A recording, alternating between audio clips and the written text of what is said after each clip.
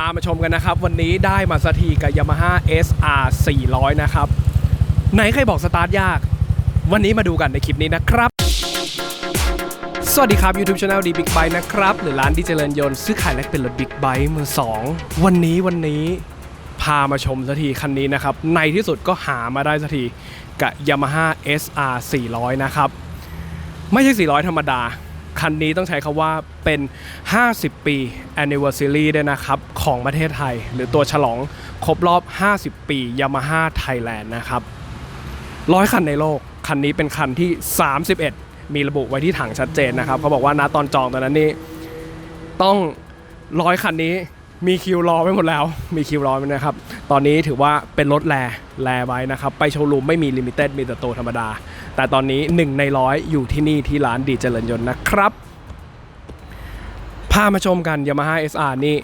ถือว่ามีประวัติศาสตร์ที่ยาวนานมากสมัยก่อนถ้าเกิดใครได้ยินคำว่าดีเจริญยนต์ทำไมถึงใช้คำว่าดีเจริญยนต์สมัยเมื่อประมาณ10 กว่าปีที่แล้วหรือช่วงประมาณ2,000 กลางๆนะครับเอาว่า10 กว่าปีที่แล้วแล้วกัน 2,000 นิดๆ 2,000 กลางๆนึกถึงดีเจริญยนต์คนส่วนใหญ่จะนึกถึงมอเตอร์ไซค์2 รุ่นนะครับเป็นหลักๆคือ Super 4 ของ Honda ที่เป็น Naked Bike แต่ถ้าคลาสสิก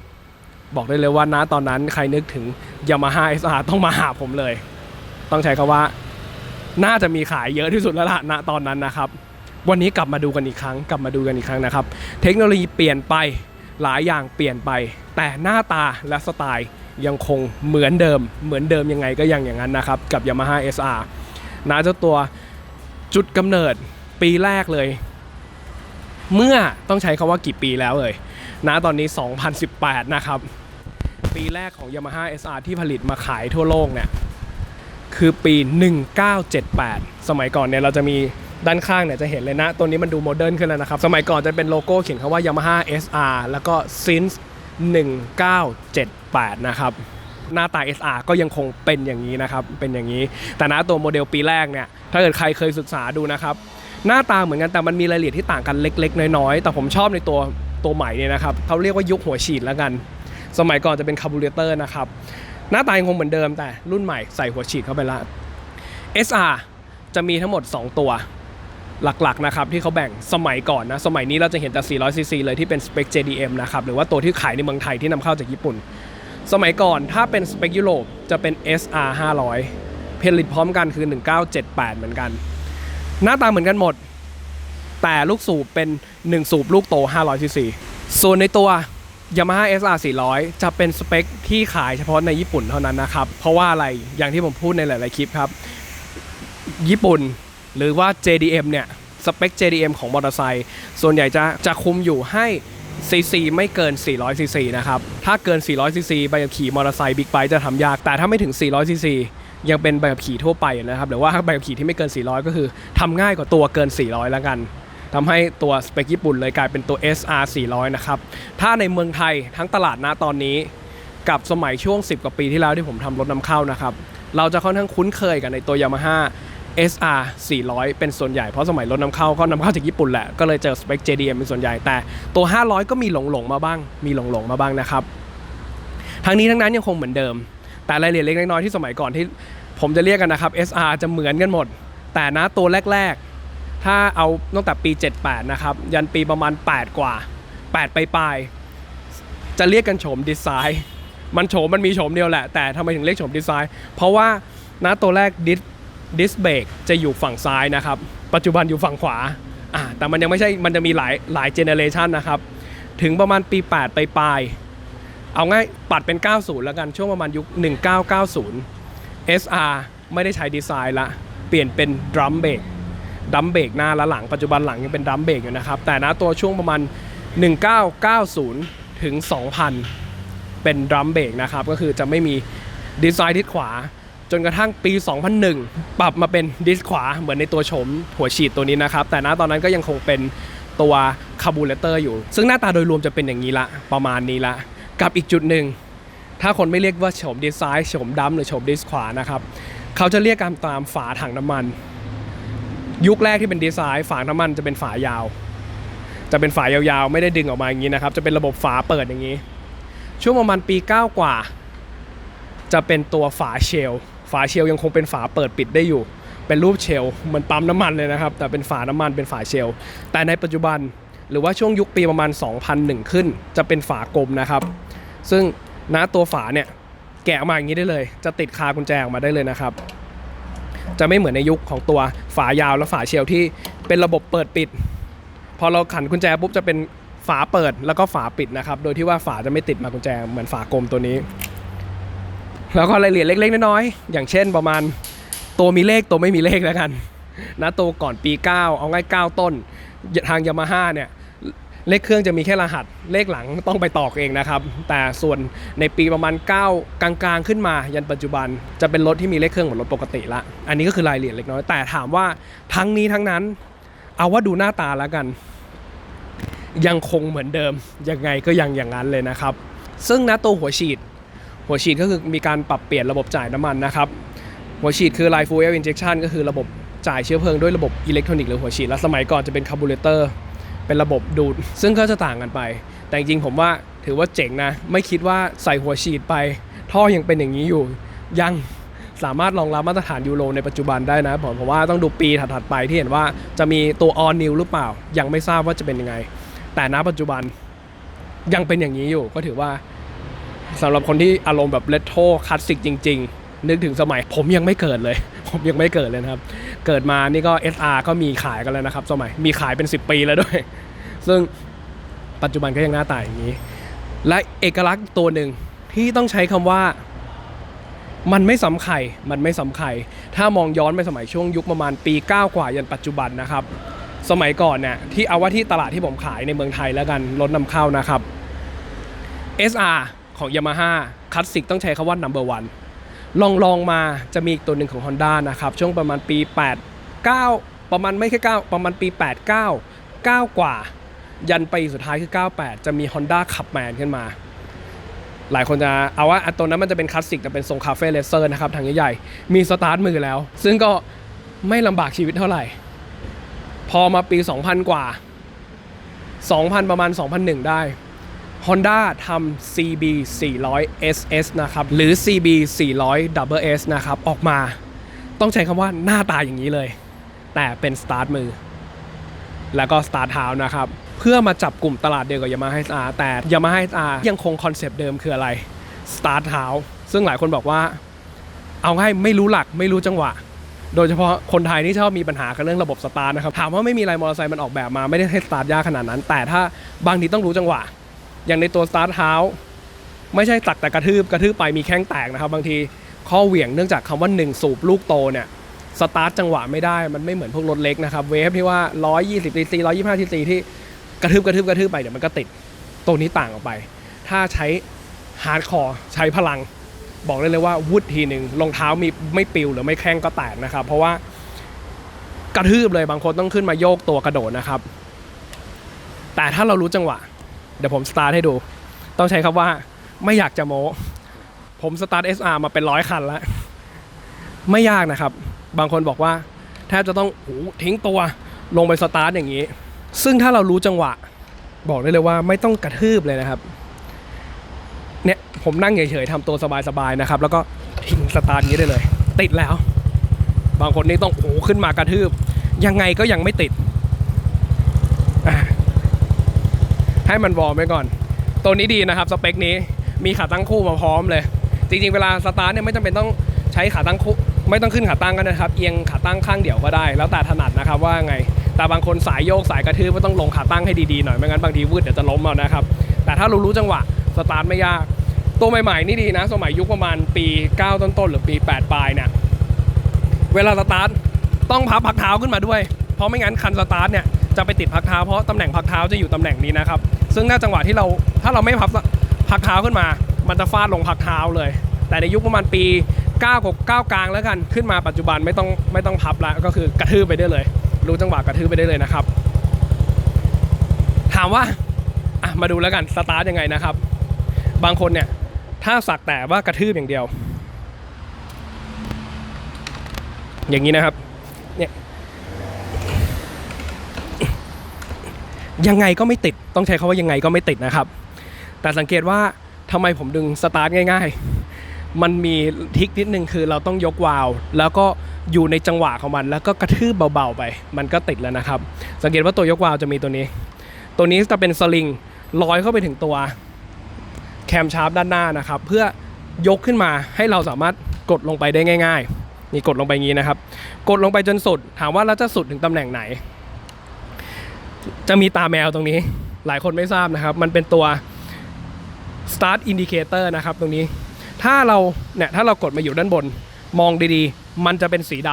ำแต่ถ้าเกิดเรายกวาล์วแล้วกระทืบลงไป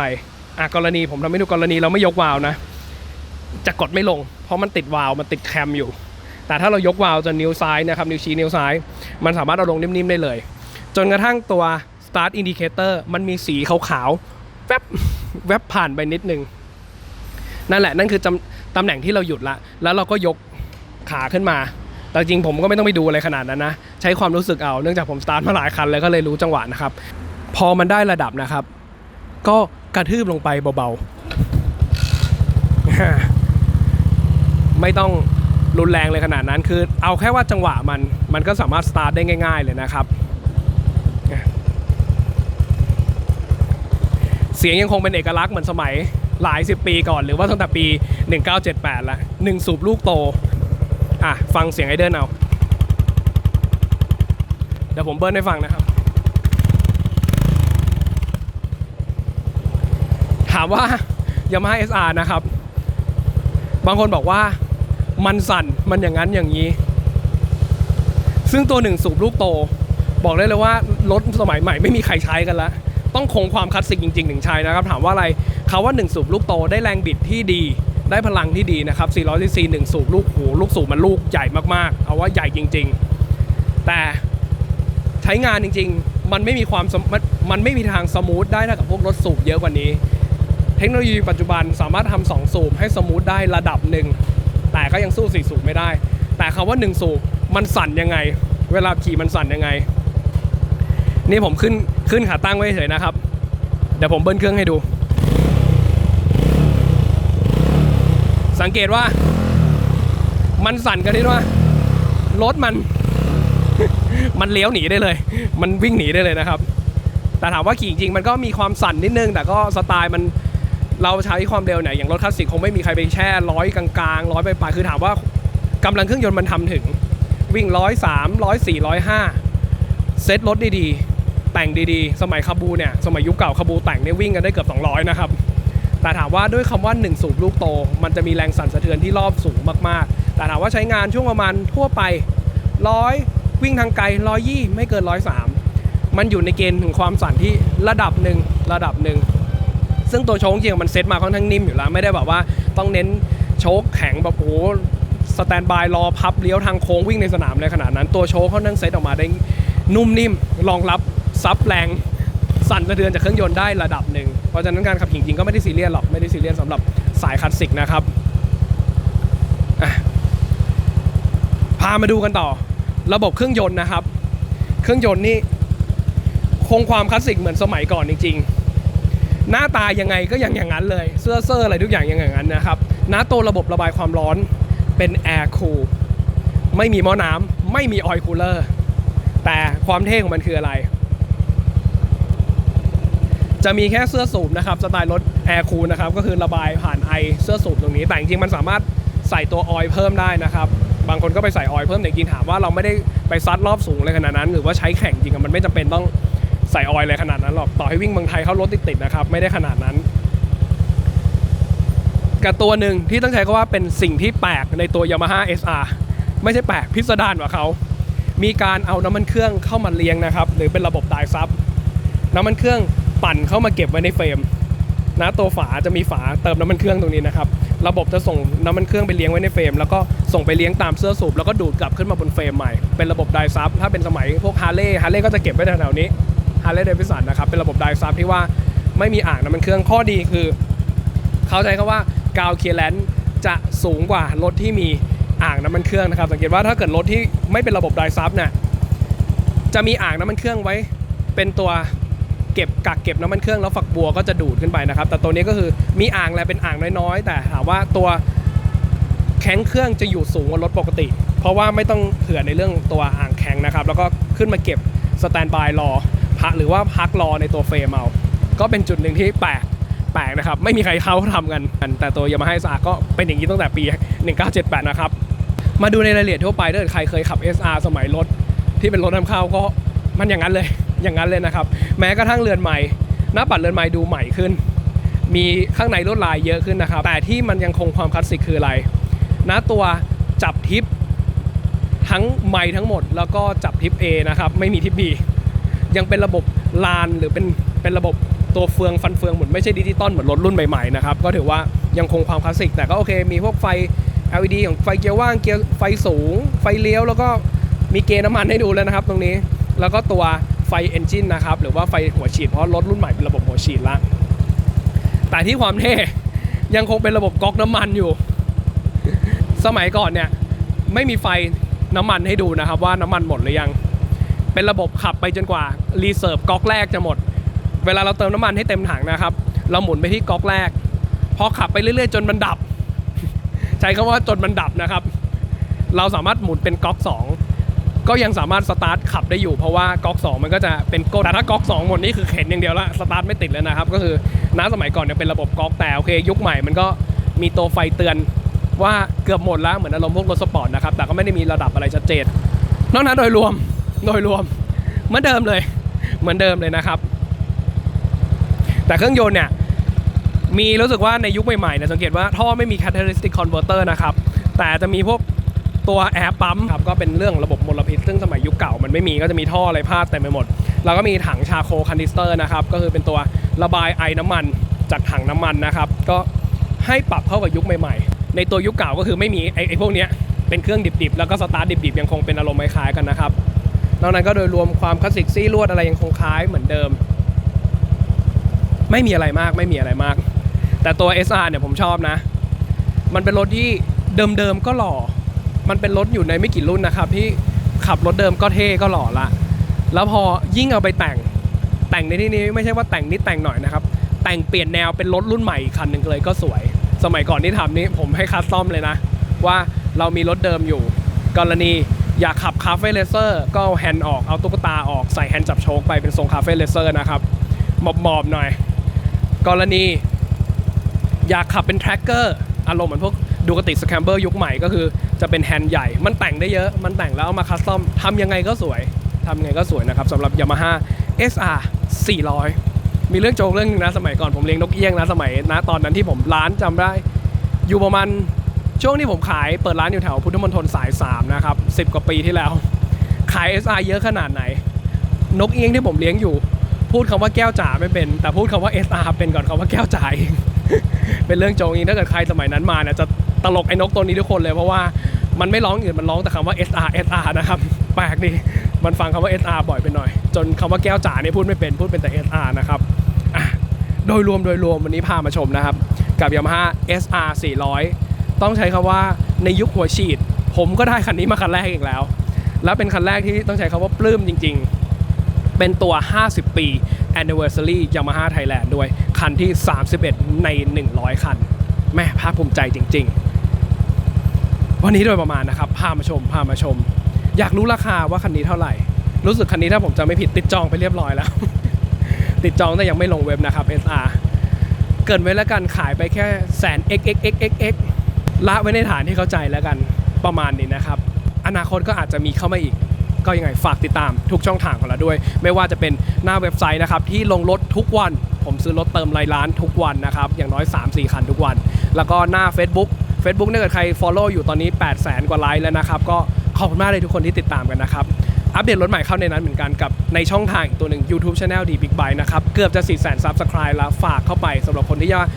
ดูบ่อยครั้งแต่ยังไม่ Subscribe ก็ฝากเข้าไปกด Subscribe กันด้วยนะครับผมพยายามหารถแปลกๆอารมณ์นี้แนวนี้มาทำคลิปให้ทุกคนดูนะครับแม่โดยประมาณกับ Yamaha SR 400นะครับสั่นดีจริงๆโอเควันนี้ขออนุญาตเท่านี้ก่อนวันหน้ามีเรื่องราวอะไรดีผมมาอัปเดตให้เล่นเหมือนเคยนะครับโอเคขอบคุณมากครับสวัสดีครับ